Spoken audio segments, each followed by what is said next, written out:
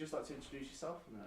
Hello, hi. My name is Dimitris Sirakos, and I'm the Deputy Head in the Department of Economics, Policy and International Business in the Faculty of Business and Law at Manchester Metropolitan University. All right, Great. fire away, guys. So, first of all, we're saying Brexit's going to happen. Everyone knows that. Probably next year is the prediction. March 2019 is the deadline by the government. What do you think the impact will be on the university? Because we all know about what the impact will be on individual students, EU students. But will there be an economic impact on the university from the loss of EU funding? The higher education sector in the UK would be one of the sectors impacted more severely. The Chancellor in the pre-budget report last year promised 3.5 to 4 billion pounds extra funding that we are probably going to, or higher education institutions in the UK are going to lose from the Horizon 2020.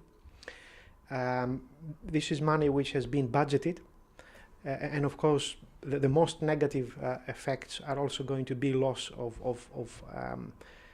colleagues that they will otherwise have joined higher education institutions in the UK. Just to give you an indication, during 2014 to 2015, EU students paid something like 600 million pounds to fees to UK universities, plus also multiplier effects, i.e. spending money, 1.5 billion. So the total loss just from students would be 2 billion pounds. So that is amount of money excluding money which we're going to lose from Horizon 2020. So there is going to be some partial coverage from the UK government, and even if there is another government post 2020, that amount of money is being budgeted. It is there, but there is going to be quite a big hit. Okay. What do you think is going to be the future of schemes such as Erasmus? For example, there's a big thing here at MMU. A lot of students go to Erasmus every year.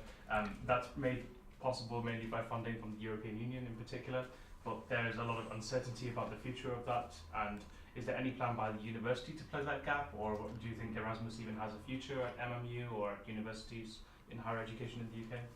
It may be the case, or hopefully it would be the case, that the European Union and institution will demonstrate some sympathy, in particular to the higher education institutions, due to the long established relationship, and of course there is also mutual benefit. However, we can say that this rationale exists in every aspect of the economy, and that same sympathy cannot be demonstrated everywhere. In terms of Erasmus, the danger is not on the official agreement. The danger is where there will be demand from the EU students to come here on Erasmus, because quite often they see it as a step before trying to find a job in the UK. So you may have schemes keep running. Whether there is going to be demand for these schemes is the question. For example, if you're a student in Germany and you have to choose between Erasmus coming to the UK and France, well, the incentive will be to go in France post-Brexit.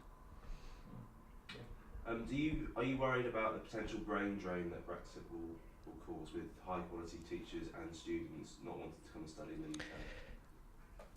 I'm primarily concerned for the potential drain. I do not think, if you take myself for example, I'm not planning to leave. I don't think people that are established in UK institutions will aim to leave, and I don't think there is any statistical evidence, at least so far, that there is a brain drain. The problem is potentially there could be. You have thousands of people and graduates and even more mature universities and professors. They could have come in the UK post 2020. I don't see them coming in the environment of Brexit. In terms of the specifically at MMU, of course, MMU gets a lot of EU funding. You just walk outside, you see signs saying the European Union funds this.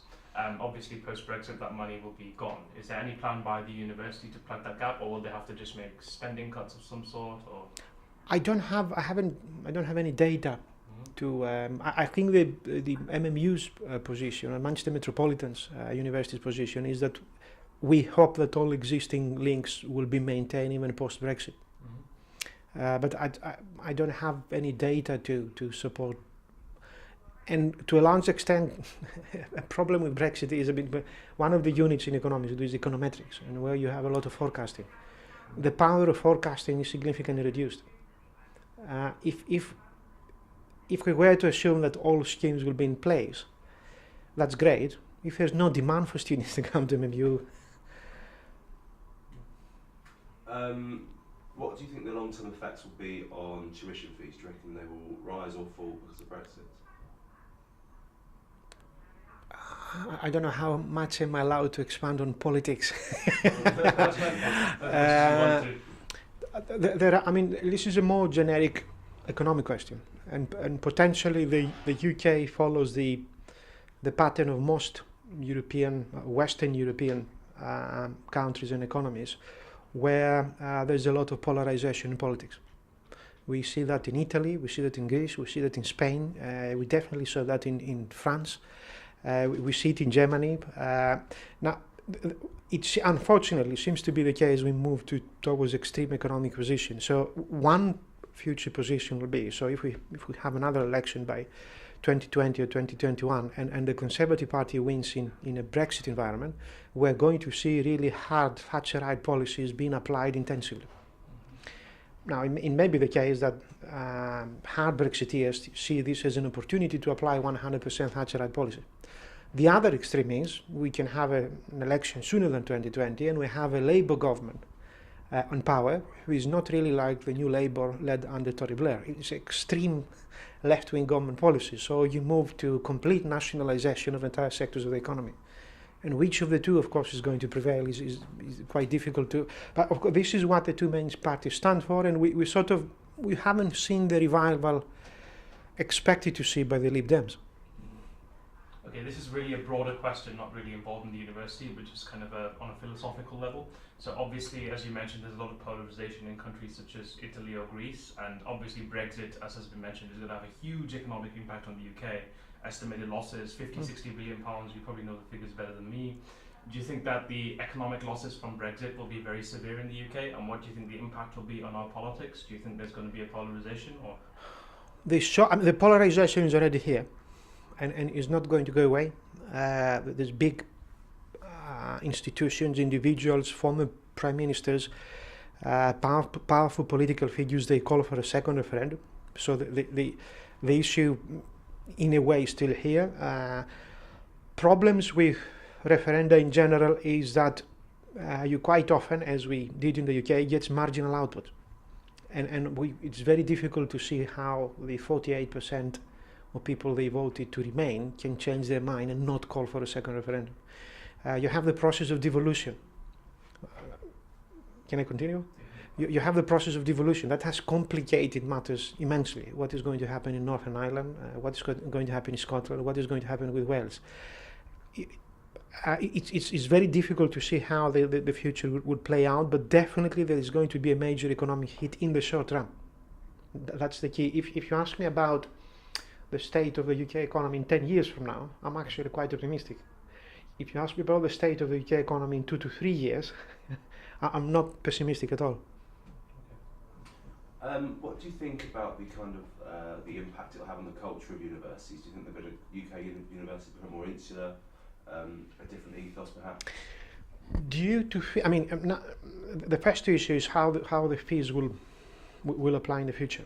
But given the fees or any potential increase in the fees, I do not see any or many EU students coming to the UK.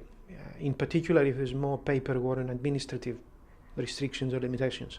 So in this way, yes, but I do not see a complete insularity, if you like. There will always be some people from students from European Union, and of course some from the rest of the world, as they currently do.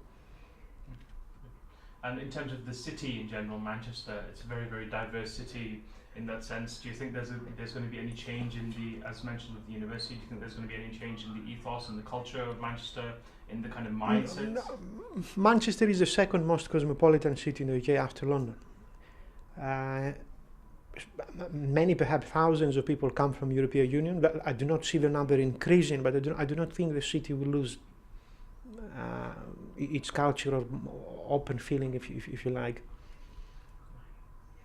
Yeah. One last one.